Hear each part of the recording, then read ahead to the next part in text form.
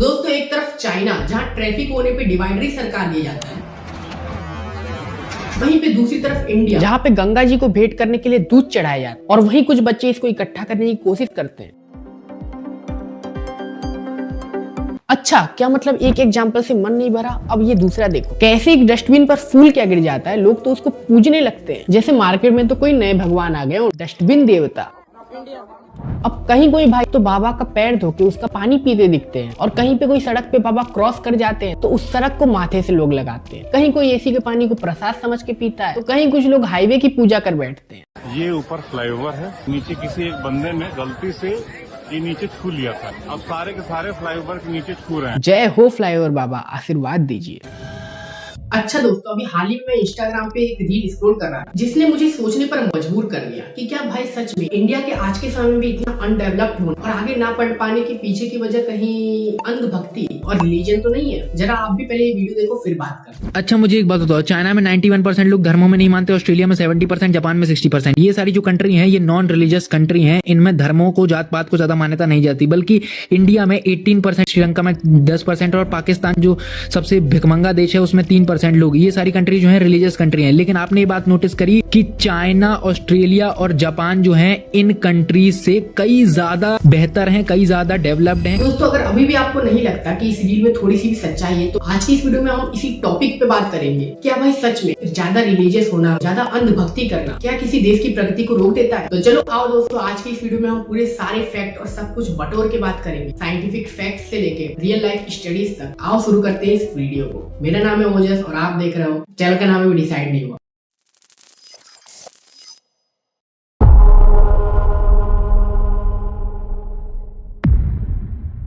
दोस्तों इतिहास गवाह है कि जब जब भी लोगों ने, समाज ने ब्लाइंड फेथ यानी कि अंधविश्वास को सबसे ऊपर रखा है और सवाल पूछने को दबा दिया गया है, प्रोग्रेस वहीं रुक गई है। अब तो आप यूरोप का डार्क एज ही याद कर लो। ये लगभग 5वीं से 15वीं शताब्दी तक की बात है। तो उस समय पे वहाँ का चर्च डिसाइड करता था कि भाई आपको क्या लिखना है, क्या पढ़ना है, क्या सोचना है। मतलब वहाँ पे सोचने तक की आजादी भी नहीं थी। कोई वहाँ पे एक सवाल पूछ दे तो उसे उठाकर जेल में डाल दिया जाएगा। अब सुनो, ऐसी एक बार 16वीं शताब्दी के लगभग की बात है। उस समय पे एक महान साइंटिस्ट हुआ करते थे, गैलीलियो गैलीली। तो उस समय था क्या असल में कि वहाँ के लोग मानते थे कि हमारे जो सूरज है वो पृथ्वी के चारों ओर घूमता है। सूरज पृथ्वी के चारों ओर घूमता है। बट उन्होंने चर्च में ये कह दिया कि नहीं, मैंने टेलीस्कोप से देखा है और असल में हमारी पृथ्वी सूरज के चारों ओर घूमती है।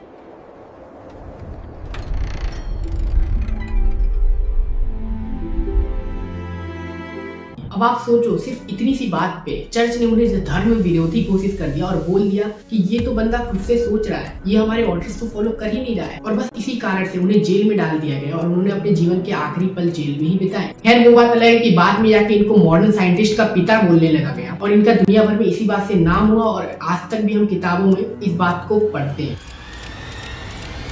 खैर अब इसी इंसिडेंट के कुछ दिनों बाद तक लोगों में थोड़ी बहुत जागरूकता फैली और फिर आया यूरोप का साइंटिफिक रेवोल्यूशन जिसने हर चीज चेंज कर दी और चर्च का सिस्टम हट गया। दोस्तों 2009 का गैलप सर्वे में भी कुछ अजीब बातें सामने आई। ये सर्वे बताता है कि जो देश ज्यादा अमीर है वो सबसे कम धर्म में मानते हैं और वहीं गरीब देश सबसे ज्यादा धर्म में मानते हैं। तो हाँ, इसका प्रूफ आप इस वीडियो को यहाँ पॉज करके देख सकते हो। अब ऐसे ही आप एक और मजेदार फैक्ट सुनो। Switzerland, Sweden, USA, Hong Kong, Singapore, ये जितने भी बड़े बड़े और इनोवेटिव देश हैं, इन सब में एक बात कॉमन है कि इन सभी ने ब्लाइंड फेथ यानी कि अंधविश्वास को छोड़ के साइंस और लॉजिक को ज्यादा महत्व दिया और सोचने समझने पे, सवाल करने पे ज्यादा फोकस किया। और आज देखो ये कहाँ है। और वही दूसरी तरफ जो देश धर्मों को बहुत कट्टर तरीके से अपनाते हैं जैसे कि पाकिस्तान, अफगानिस्तान, मतलब पाकिस्तान का तो यार यहाँ पे अलग ही हाल है। एक स्टडी ने बताया कि पाकिस्तान ही पूरी दुनिया में वो एक ऐसा देश है जहाँ पे सबसे ज्यादा परसेंटेज के लोग रिलीजन में, धर्म में मानते हैं। तो हाँ, ये आंकड़ा 94% है पाकिस्तान में। और इसके बाद की आप कुछ ऐसी लिस्ट देख सकते हैं। और वही अब अगर हम बात करें अपने टॉप 5 एथिस्ट देश की, मतलब वो देश जो बिल्कुल ही धर्म में नहीं मानते, तो इसमें टॉप पर आता है भाई हमारा चाइना। समझ रहे हो लिंक? समझ रहे हो आप? जहाँ के 58% लोग धर्म में नहीं मानते। उसके बाद जापान 31% और बाकी आप ये पूरी लिस्ट देख सकते हो। दोस्तों एक और की डिफरेंस इस गैलप की स्टडी में सामने आया कि आपकी पढ़ाई का, एजुकेशन लेवल का एक बहुत गहरा इनवर्स रिलेशनशिप है रिलीजन के साथ। और ये स्टडी दिखाती है कि जो लोग सबसे ज्यादा पढ़े लिखे हैं वो सबसे कम धर्म में मानते हैं और कम पढ़े लिखे लोग सबसे ज्यादा धर्म में मानते हैं। मतलब समझ रहे हो?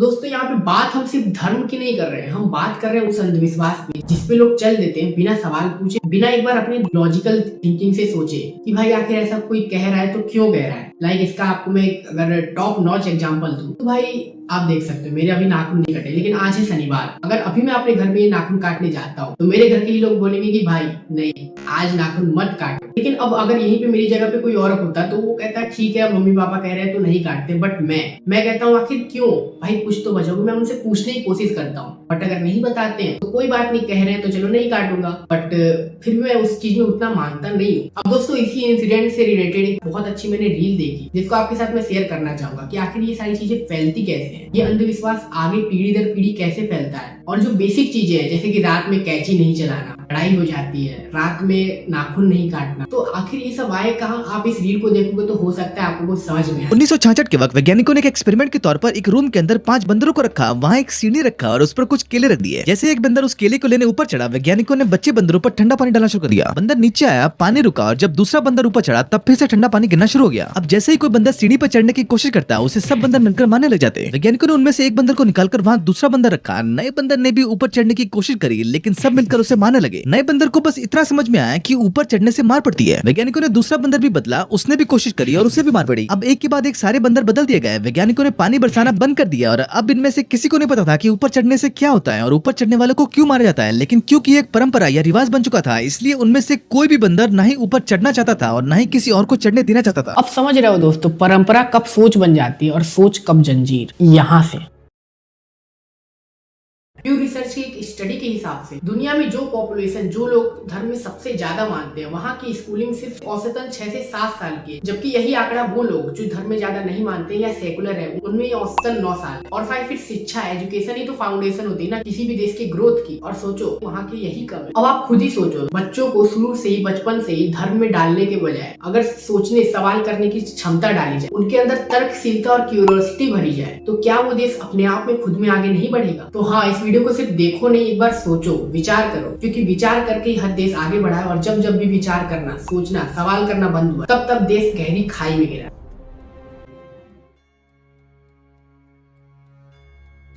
दोस्तों इसी तरह इस्लामिक वर्ल्ड में भी 8वीं से लेकर 13वीं सदी तक का गोल्डन पीरियड था। उस समय पे लोग साइंस को ज्यादा महत्व देते थे। उस समय पे दोस्तों बगदाद के हाउस ऑफ विस्डम में दुनिया भर के साइंटिस्ट इकट्ठे होते थे, और फिर वहीं से जो हम आज तक की भी टेक्नोलॉजी यूज कर रहे हैं जैसे कि गणित, दवाइयाँ, एस्ट्रोलॉजी, वो सारी चीजें वहीं से निकली।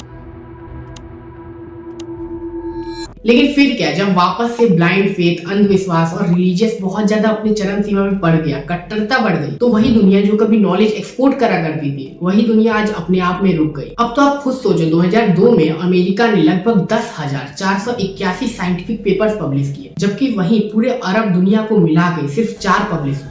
तो चलो भाई, इतना सब पूरी दुनिया भर की बात करके अब हम फाइनली कंक्लूजन में अब आते हैं अपने इंडिया, अपने देश भारत। अब देखो, हम ना तो पूरी तरह से धर्म निरपेक्ष हैं और ना ही उतने कट्टर जितने बाकी देश, लेकिन फिर भी साइंस एडवांसेस जर्नल में हुई पब्लिश एक स्टडी के मुताबिक अगर भारत, अपना देश और यहाँ के लोग जेंडर इक्वालिटी, कास्ट, जाति जैसी चीजों से उबर जाए तो अभी से भी हमारी GDP लिटरली दुगुनी हो सकती है। और ये बात अब काफी हद तक सही भी है। अभी हाल ही के दोस्तों रायबरेली की एक घटना सामने आई जिसमें एक 48 उम्रीय युवक की झूठे चोरी के इल्जाम में पीट कर भीड़ ने जान ले ली, लेकिन बात तो असल में ये थी कि वो दलित था। सोचो, जब ऐसी मानसिकता वाले लोग हमारे देश के अंदर होंगे तो देश कहाँ से बढ़ेगा। देखो दोस्तों, इतनी चीज से एक चीज तो साफ है, साइंस ने कभी भी रिलीजन, धर्म को मिटाया नहीं, बल्कि उसकी डोमिनेंस को कम कर दिया है, उसकी अधिकता को तोड़ा है, और जिससे फिर वहीं से प्रगति की शुरुआत। आप देखोगे टॉप 10 जेंडर इक्वालिटी वाले देश जैसे आइसलैंड, नॉर्वे, स्वीडन, फिनलैंड, ये सब सेकुलर है, और नीचे पाकिस्तान, ईरान, सब कट्टर देश। अच्छा दोस्तों, अब जो मैं बात बोलने वाला हूँ उसको जरा ध्यान से सुनना। इमेजिन करो, एक राम नाम का लड़का पैदा होता है इंडिया में तो वो हिंदू बन जाता है। एक अली नाम का लड़का पैदा होता है पाकिस्तान में तो मुस्लिम बन जाता है। अब एक माइकल नाम का लड़का पैदा होता है अमेरिका में तो वो क्रिश्चियन बन जाता है। तो अब सवाल ये है कि जिस रिलीजन के लिए ये लोग बाद में मरने मारने तक को तैयार हो जाएंगे, जिसे ये बड़े होकर सच और सबसे उत्तम मानेंगे, इन्होंने तो इसे कभी चुना ही नहीं होगा, वो तो बस इन्हें मिला था इनके बर्थ प्लेस के आधार पर। अरे भाई, ये तो ऐसे है जैसे कि फैक्ट्री में कोई भगवान ठप्पा लगा रहे हो कि नहीं भाई, ये बंदा मुसलमान होगा इसको पाकिस्तान भेजो, ये बंदा हिंदू होगा इसको इंडिया भेज दो, ठीक है भाई, ये बंदे को अमेरिका भेज दो, ये क्रिश्चियन बन जाएगा। दोस्तों एक इंग्लिश फिलोसोफर जॉन हिक ने कहा था कि दुनिया में लगभग 4000 से ज्यादा रिलीजन है और हर कोई कहता है कि सिर्फ हम सही। लेकिन अब स्टडीज दिखाती है कि 90% लोग सिर्फ वही धर्म फॉलो करते हैं जहाँ वो पैदा होते हैं। तो अब क्या मतलब कि हमारा धर्म सच्चाई से नहीं बल्कि इस बात से बनता है कि हम कहाँ पैदा हुए और कहाँ बड़े हुए। तो ऐसे में अब सवाल ये आता है कि अगर स्वर्ग और नर्क हमारा धर्म डिसाइड करता है और धर्म को हमारा बर्थ प्लेस, तो क्या हमारी आफ्टर लाइफ भी महज एक लॉटरी सिस्टम है? सोचने वाली बात नहीं है दोस्तों। अच्छा दोस्तों, इतनी देर धर्म के ऊपर बात करने के बाद अब एक सबसे जरूरी सवाल आता है कि आखिर धर्म क्या है, इसका कोर मीनिंग क्या है और समाज ने इसको किस तरफ मोड़ दिया। देखो दोस्तों, धर्म का मतलब सिर्फ पूजा पाठ या भगवान को खुश करना नहीं होता है। धर्म का मतलब है कर्म, कर्तव्य, ड्यूटी। अब जैसे मेरा धर्म यहाँ पे इस वीडियो को बनाना हो सकता है, या फिर यूं कहो समाज में एक बैलेंस बनाना, और जहाँ ये बैलेंस टूटा वही अधर्म है। अब सोचो एक नेता है, घर में बड़ा मंदिर, दिन में 2 बार पूजा, कहता है भगवान सब देख रहा है। वहीं दूसरी तरफ सीन चेंज होता है, एक सड़क में गड्ढा, शिकायत दर्ज होती है, उसका टेंडर भी पास हो जाता है। लेकिन अब ट्विस्ट सुनो, कॉन्ट्रैक्टर था नेता का आदमी, घटिया मटेरियल भेजता है, चंदा ऊपर तक जाता है। अब रिजल्ट, कुछ महीनों बाद फिर उसी जगह पर एक बड़ा गड्ढा होता है, रात में ऑटो पलटता है, ड्राइवर उसमें डूबकर मर जाता है, घर में पत्नी 2 बच्चे, कोई बचाने वाला नहीं। Yuvraj Mehta's death in Noida, a tragedy that could have been prevented. यह हादसा नहीं, हत्या है। मैं बार बार कह रहा हूँ, इसमें 4 दिन लग गए कार को निकालने के लिए। अब खुद से पूछो, यहाँ अधर्म क्या था? पूजा ना करना या इंसान के साथ इंसाफ ना करना? इसलिए दोस्तों, अगर धर्म को एक लाइन में समझे तो यूं कहो, धर्म का मतलब भगवान को खुश करना नहीं है, धर्म का मतलब है इंसान के साथ इंसाफ करना। तो भाई अब आते हैं अपने आखिरी सवाल पे कि आखिर इसका सॉल्यूशन क्या है। देखो, सबसे पहले तो हमें अपने स्कूलों से, अपने एजुकेशन सिस्टम से, जो हमारी नींव है, उससे शुरू करना होगा। हमें स्कूलों में लॉजिकल और क्रिटिकल थिंकिंग को बढ़ावा देना होगा ताकि वो अपने से भी कुछ सोच सके, सवाल कर सके। यहाँ वो नहीं होना चाहिए कि जो सिर्फ टीचर ने कह दिया वो तुम कर दो, अपना दिमाग मत लगाओ। क्योंकि रट्टा मारना तो कोई भी सिखा सकता है, टीचर वो होता है जो सोचना सिखाए, रीजनिंग सिखाए, कोई चीज होती है तो क्यों होती है वो सिखाए। फंडामेंटल की जगह फैक्ट बेस्ड एजुकेशन होना चाहिए। साइंटिफिक रिसर्च में पैसा लगाओ क्योंकि इनोवेशन वहीं से निकलता है। और सबसे जरूरी और आखिरी बात, सवाल पूछो हर बार, क्योंकि अगर हम अपने आने वाली पीढ़ी को सवाल करना सिखा दें तो वही सवाल एक दिन इस देश का चेहरा बदल दे। देखो, धर्म बुरा नहीं है, लेकिन जब वो दिमाग में चढ़ जाता है तो इंसान देखना बंद कर दे। इसे दिल में रखो क्योंकि दिल इंसानियत समझता है, दिमाग में मत भरो क्योंकि दिमाग तर्क मांगता है। जैसे 1934 में सदी के महान वैज्ञानिक आइंस्टाइन ने कहा था कि धर्म के बिना विज्ञान अधूरा है, लेकिन विज्ञान के बिना धर्म अंधा। फिर से पढ़ो दोस्तों, बात छोटी है पर अगर समझ ली तो पूरी दुनिया का नजरिया बदल सकता है। मतलब कोई भी धर्म तब तक खूबसूरत है जब तक वो सवालों से डरता नहीं, और विज्ञान मजबूत तभी है जब उसमें इंसानियत बची रहे। दोनों का साथ जरूरी है, वरना एक ठहर जाता है,